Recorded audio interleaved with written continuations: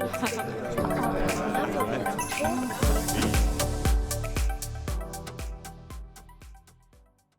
morning, good afternoon, or wherever you are throughout Canada, everyone. Bonjour tout le monde et bienvenue. As a lead up to CSPC 2021, Canadian Science Policy Centre is conducting interviews with several science policy leaders and practitioners. So today, CSPC has the pleasure to bring to you Dr. Martine Lagacé, who's the Associate Vice President for Research, Promotion and Development at University of Ottawa. Welcome, Dr. Lagacé. Thank you for giving us the time today to sit with you in this virtual fire chat session and to learn more about you, your experiences, your education, and your background. So let's start with a bit of your background and how you end up in your current role today. Thank you very much. And first of all, once again, thank you for this opportunity. I'm honored to be part of this conversation today and to have the opportunity to share some of my views on research and my role at the University of Ottawa. So as you've mentioned before, I come from within the ranks of the university. I have first joined the institution as a researcher and professor at the Department of Communication in the School of Psychology. My research focuses on older adults and the rights of older adults. So I'm rather, I would say, active in terms of public policy for older adults. I was also Vice Dean Governance at the Faculty of Arts from 2014 to 2018. And previously, I was the chair of the Department of Communication for a year, so from 2011 to 2012. And I have been appointed Associate Vice President Research, Promotion and Development since 2018. So I've been at the University of Ottawa for quite a while. Also did parts of my graduate studies as well as at the University of Ottawa. And then went back to the workplace for a couple of years at CBC, came back to the University of Ottawa as a professor. Wow. Great to hear. What a great background. So we just wanted to know a little bit more about your current position. What does it entail? What does your normal day-to-day look like? And then moving forward into figuring out what are some of the challenges that you deal with on a day-to-day basis. Right. So as the title of the position says, I'm very much focused on developing research at the University of Ottawa and as well as promoting research at the University of Ottawa. So in terms of the portfolio that I'm responsible for, they range from international research. For example, the Office of International Research, the whole team reports to me, and the aim of the Office of International Research is about fostering collaborations with international partners throughout the world, I would say in Asia, Africa, Europe. For example, we have strong connections with France through the French Conseil National de Recherche Scientifique, the Max Planck Research Institute. We've developed many partnerships, as I mentioned, in Asia. And I would say that over the last years, we're very much focusing on developing partnership links research-wise, as well as programs of studies with Africa, parts of the continent that is French or English. We are trying to develop links with our African university partners. The University of Ottawa Press also is under my portfolio. The University of Ottawa Press, their mandate is to promote scientific publications, so they're very much instrumental in developing a corpus of scientific publications, I should mention, in both languages. And of worthy noting as well is that the University of Ottawa Press is the only fully bilingual university press in North America and the oldest French language university press. The University of Ottawa also includes 20 research centers and institutes that are spread among our 10 faculties. And these research centers and institutes play a very important role in advancing research and also, I would say, very much in influencing public policy. For example, we have the Institute for Science, Society and Policy, who will actually take part in this CSPC event. I'm thinking also the Center on Governance, the Center on Health, Ethics, Law and Policy. And actually, over the last year, we've created 3 new centers and institutes one that will be focusing on the very important theme of future of cities. The second one will be focusing on health and music. And the third one that we just created in June 2021 is a center that will be dedicated to the study of health in Black communities. On the side of University Research Chair, I'm also responsible for the Collège des chaires de recherche du monde francophone that aims at supporting French research, research that is connected with the Francophonie space with a specific focus on medicine, migration, linguistic rights. And the list is quite long, but I'd like to finish on one file that is very close to my heart is everything that relates to knowledge mobilization. As we know, we can do research these days without thinking of how we go back to our knowledge users, going back to people that have taken part in our research. So how we mobilize knowledge and mobilize research is a very important component as well as among the others in my portfolio. Wow, what an important portfolio. It keeps me busy, actually. I'm sure it does. So much to do, but also so many important aspects to touch upon and making those connections and interconnectivity across the globe. What a great challenge. And then here's my question in terms of the fact that we are currently in the global pandemic, hopefully towards the end of it all. But the higher education sector has had to pivot and face multiple challenges. Most of them were not experienced before. We know none of us had any idea how to do this. What were some of those unique challenges for University of Ottawa? But also, what did Ottawa do in terms of pivoting itself to address these challenges? Very, very interesting and important question because it's undeniable that higher education has massively, as you said, been impacted by this pandemic. Just the fact that from one day to the other, we had to switch everything, teaching, researching to a virtual mode. Mm-hmm. And I would say that started off as a real abyssal challenge, but that turned into some aspect into I would say, unexpected opportunities. One of these opportunities, I would say, is that it has allowed us to expand interdisciplinary interactions among researchers, as well as the research outreach beyond disciplinary silos. We often work, social science works within social science, natural science within natural science, and so on. But the pandemic has kind of forced us to move beyond these disciplinary silos. And as well, that's a very important point, reach out to a larger audience, both in Canada and internationally. We know that before organizing a conference, we could only include a certain number of persons within a room, in person, like physical presence. But in the case of virtual conference now, the world is we can expand to many people that can attend these conferences. So that means opening up also in terms of access to research. So becoming more democratic, having more people access to research. So the difficulty of switching from an in-person researching and teaching mode to an online remote way of teaching and researching actually turned out to be, I would say, some kind of a game-changing opportunity, as I said, because it has given a more democratic access to research and knowledge in general. That being said, of course, we know that the pandemic had also dramatic effects on the most vulnerable and marginalized communities, including, as it is one of my area of research, older adults, and actually made field research totally inoperable right at the beginning of the pandemic. But that also revealed the need to increase research that targets those vulnerable population and to better inform policies and promote social and healthcare equity. Donc, je dirais que la pandémie, elle aurait été aussi l'occasion pour l'Université d'Ottawa de montrer son leadership en matière de politique publique. Nos professeurs ont été extrêmement présents dans les médias. Nous les avons entendus prendre la parole dans le cadre d'entrevues, dans le cadre de forums de discussion publique.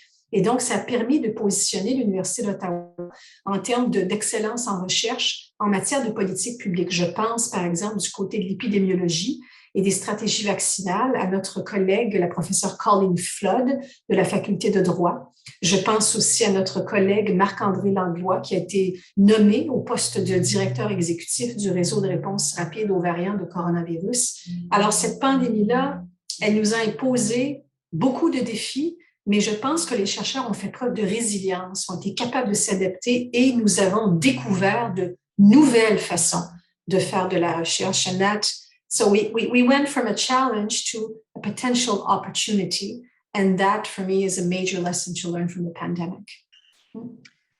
Awesome. This is finding opportunities during this tough time, not for just the university, but also for the research world and then the society in general. That's the spirit. I'm curious to, considering University of Ottawa holds a very unique position for being the world's largest bilingual university.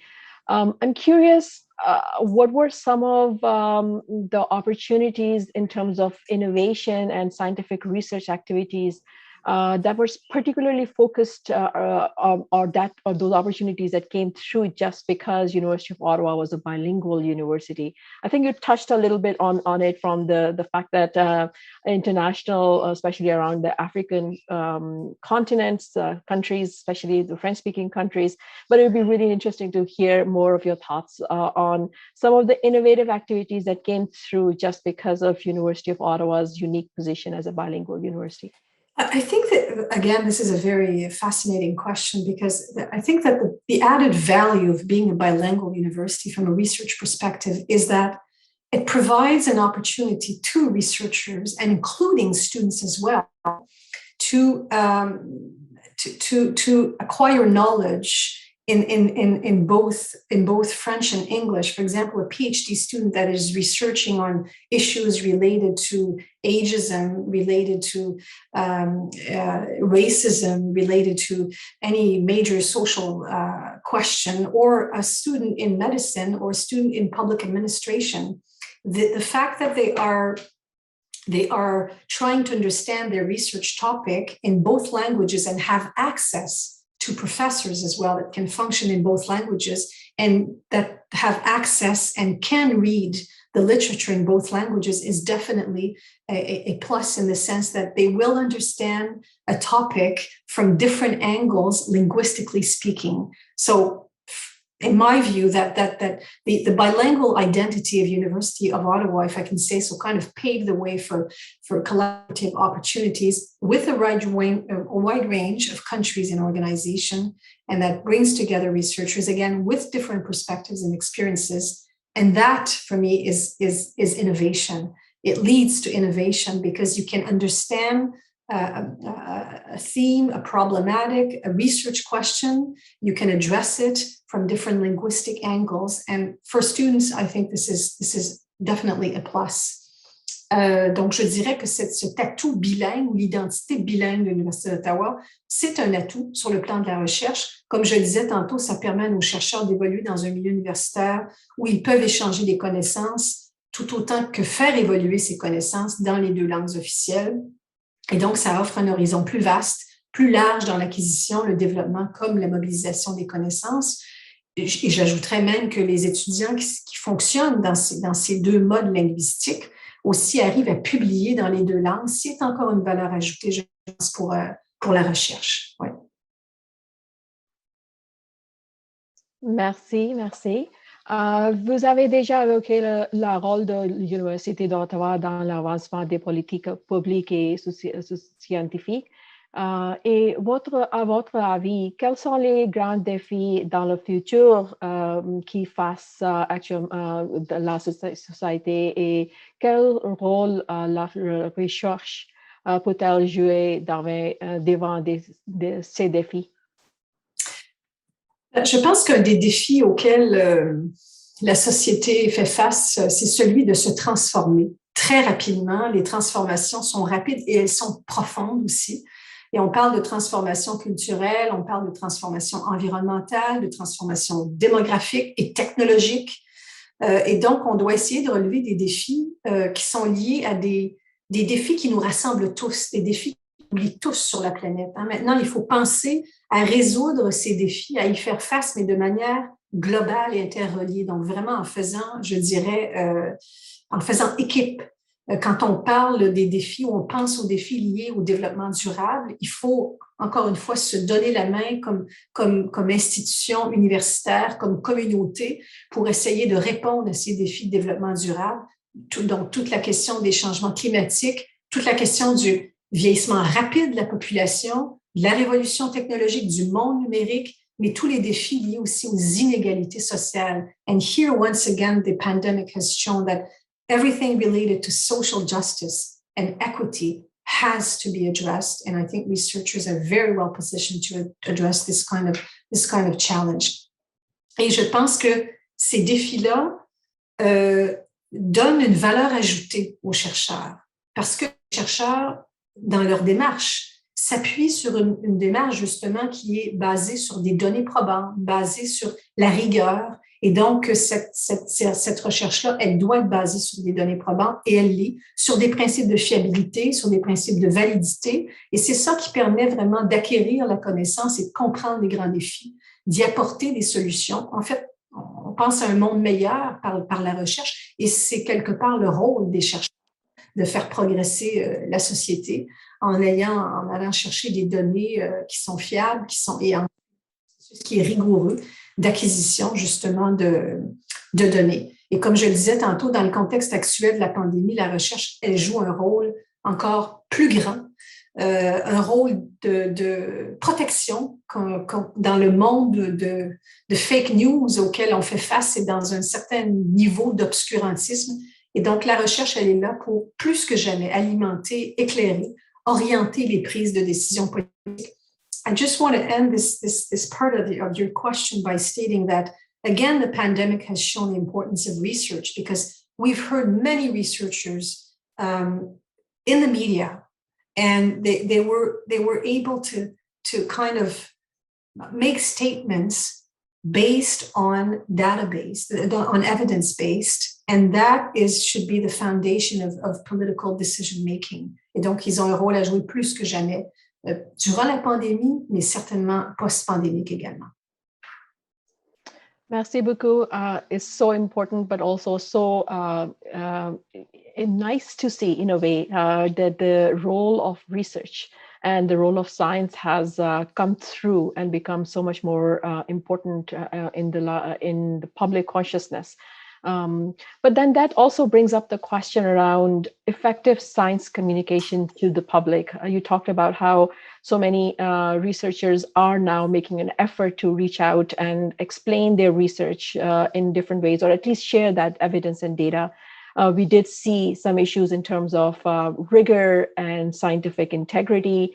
But overall, science communication to the research, learning and maybe picking up the tools of how to communicate properly to the public. Is this where you feel that the university has a role to play? And if so, what can the universities do in terms of dispelling that mis and disinformation through proper and effective science communication? I think your question relates to the importance, once again, of knowledge mobilization. Knowledge mobilization is now at the center. It is a core component of research. And knowledge mobilization involves the ability and the capacity to take solid and rigorous research back to the public arena. So we cannot think of research in these days without thinking of how will I communicate my research. Parce que communiquer efficacement la recherche et ses retombées au grand public, comme aux décideurs politiques, entre autres, c'est vraiment la clé de l'influence de la recherche.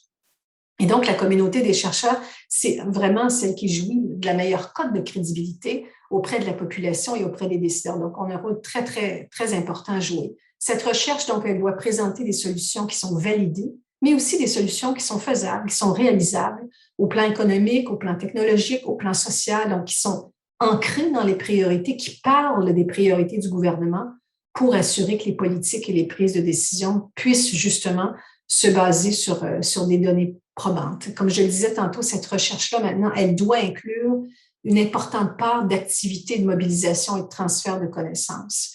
Je vais donner quelques exemples. À l'Université d'Ottawa, je pense qu'on peut affirmer que nous avons un savoir-faire solide et croissant en termes d'affaires internationales et donc qui ont une influence sur les grandes politiques publiques qui touchent à des dossiers internationaux. Je vais me permettre de nommer quelques exemples. Nos chercheurs qui sont issus de différentes disciplines, de domaines variés, par exemple, sont répartis entre l'École supérieure d'affaires publiques et internationales, l'École de développement international et mondialisation, l'École d'études politiques et la faculté de droit. Alors, ces gens-là travaillent ensemble à travers des projets, des ateliers, des conférences, en partenariat avec des organismes du gouvernement fédéral et internationaux, des gouvernements internationaux, et aussi des organismes non gouvernementaux au sein du Centre d'études en politique internationale pour justement influencer, communiquer leurs résultats de manière efficace, mais influencer les politiques publiques, les prises de décision qui concernent des dossiers liés à la sécurité internationale, mais aussi sur la gouvernance mondiale. Wow, no, that's an important aspect, influencing the public policy and you know how to do that. That's something that I think going forward as a research community and a science community, we will all have to pay more attention to. On that note, the fact that this is an entirely virtual conference, the CSPC 2021. This will be a new experience for many and an opportunity to reach a wider audience than before, as you touched at some of the opportunities that have come through from a pandemic. What are you most looking forward to from the conference? Well, I would say that for us this year, again, we're very pleased to take part in the event, in the CSPC conference once again this year. But it will be an opportunity for us to, I would say, once again, position the University of Ottawa in terms of strength in science policy and public policy. We will have the opportunity to actually present three of our groups that are focusing on water law governance, the second one focusing on artificial intelligence, and the other one focusing on human rights and democracy. So each of these three major groups that are funded through the alumni Alex Trebek gift are researching these three important themes, and they will take part in the conference. So this will be an opportunity for us to present the work of these three important groups. It will also give us the opportunity to present, I was mentioning three new research centers and institute that we've created during the year 2020 and 2021.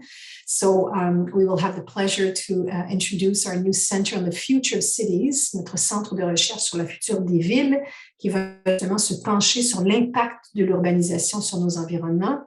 We will also introduce our new interdisciplinary center for Black Health, le centre interdisciplinaire sur la santé des Noirs. And finally, a new institute on music and health, un institut de recherche en musique et santé qui va explorer les liens entre la musique et la santé physique, mentale et cognitive. So I very much look forward to the conference and sharing with our colleagues exciting news from University of Ottawa on the research front. We are certainly looking forward to these presentations at the CSPC 2021 as well. ISSP, Monica Gattinger, is a longstanding friend and supporter of CSPC 2021. So we've always benefited from all the different presentations that U Ottawa has brought to CSPC 2021. On that note, and this is the final question, what do you see as the biggest benefit and value of attending and supporting the CSPC? Is there anything that we can do differently maybe? Or anything that we should continue to do from the CSPC platform? That's an easy question. As I mentioned before, we are honored and happy to be part of this edition of CSPC 2021 in November. But I mean, once again, it will be the opportunity for University of Ottawa to present two plenary session panels. We have three new research centers, and as I mentioned before, in various public policy initiatives. We will be sharing the research conducted within the Collège des chaires de recherche du monde francophone as part of our commitment to foster the scientific francophonie. I mean, for us, CSPC is an excellent platform to showcase our engagement for science and innovation policy issues and the vitality of our research community in the science policy arena. So once again, thank you to the organizers of CSPC and comme on dit en français, longue vie à cet événement. Merci beaucoup. Thank you for your time, Dr. Lagacé, today. We wish you Ottawa all the best as you move out of this pandemic. And we wish to see so many of you being represented at CSPC 2021 in November. I really appreciate your time. And on behalf of CSPC, thank you to you and your team. Thank you very much. It was my pleasure. Thank you. Hello, because